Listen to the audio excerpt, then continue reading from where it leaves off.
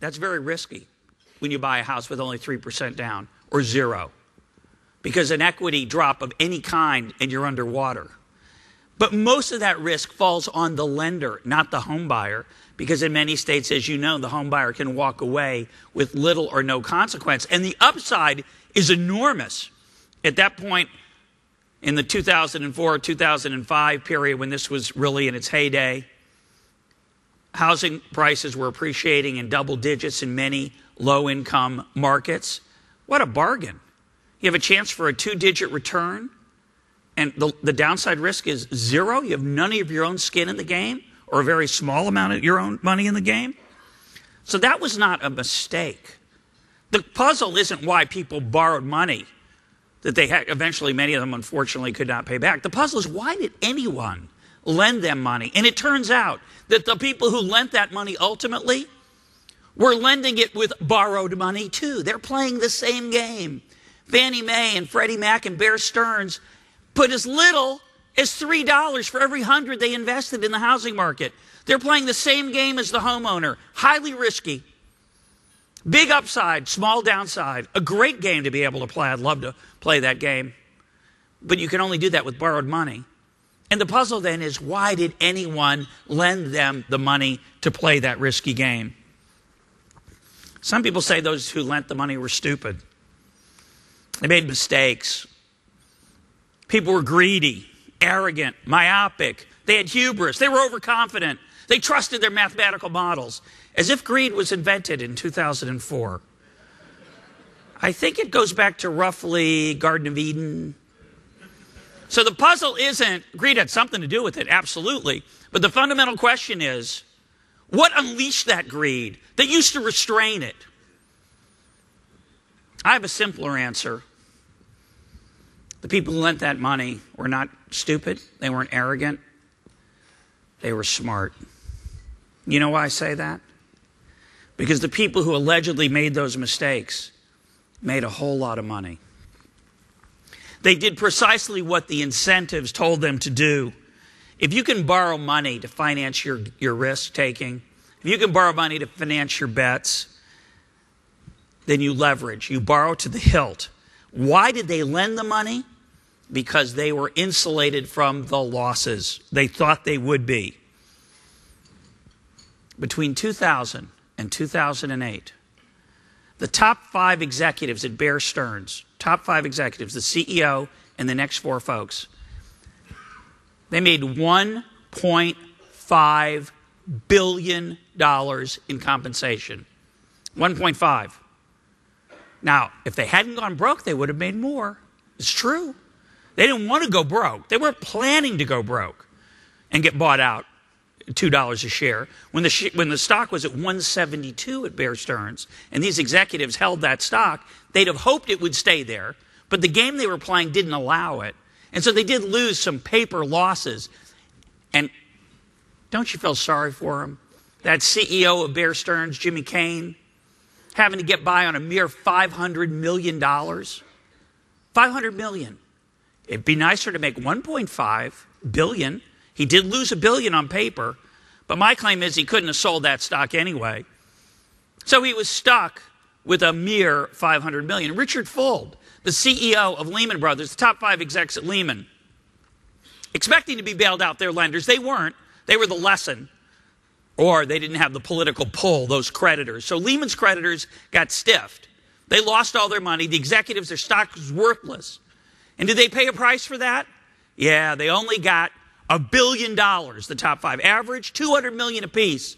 Fuld sold, between 2003 and 2008, Fuld sold $500 million worth of Lehman Brothers stock.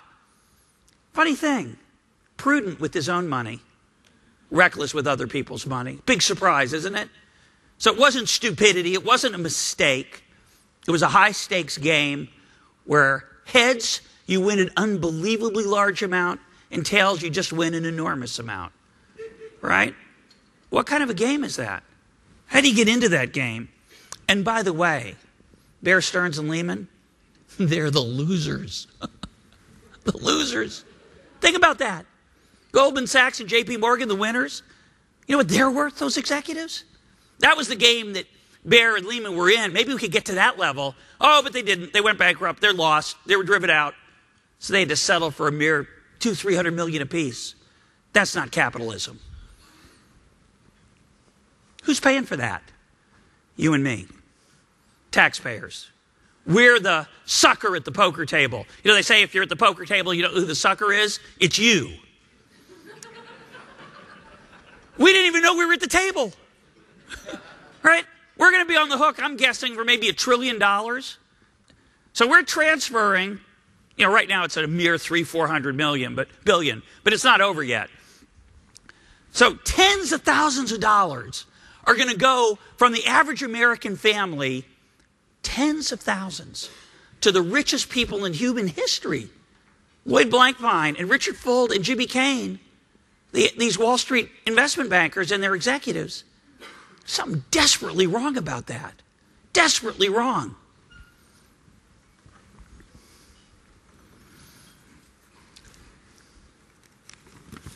It's not capitalism. That is crony capitalism.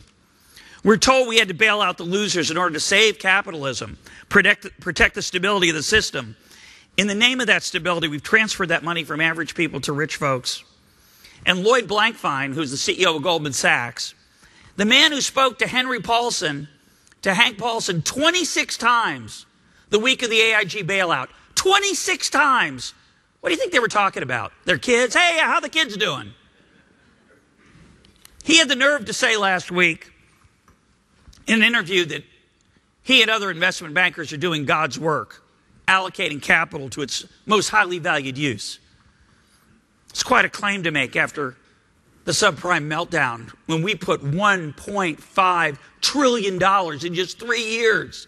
$1.5 trillion flowed through Wall Street and through Fannie Mae and Freddie Mac into homes and bigger homes instead of into health care and more fuel-efficient cars and 1,000 other things that would have been more productive. But we created a financial system that misallocated $1.5 trillion, and we'll never get the benefits of that we could have had. And I say we created the current system because it coddles losers, creates the incentives for people to be reckless with other people's money. This has to stop. Give me less stability and more justice. Give me less stability today and more stability tomorrow. Let me close with a few suggestions for what I think can make the system a little better. And I would suggest that we all keep in mind the insight of Friedrich Hayek, Nobel laureate in economics, who said, "The curious task of economics is to demonstrate to men how little they really know about what they imagine they can design." So most of the mistakes that we suffer from in public policy comes from a hubris that we can, from the top down, be the puppeteer and figure out the right way, when in fact most successful systems emerge from the bottom up through trial and error. And yet each time Washington decides, well, we'll just have to do it better this time. We got to design a better system. This time will be different. It never is. So these are my policy advice. Don't try to recreate the old system of financial securitization and the old system of home ownership, and just make it better this time. There's a natural wariness about securitization. That's good. Let it blossom.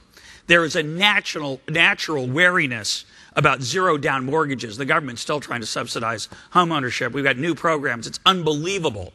You know, it's like you got a patient who's got smallpox, and let's give him tuberculosis too. It's a horrible idea. We should recognize that every American owning a home is not the American dream. It is the dream of the National Association of Home Builders.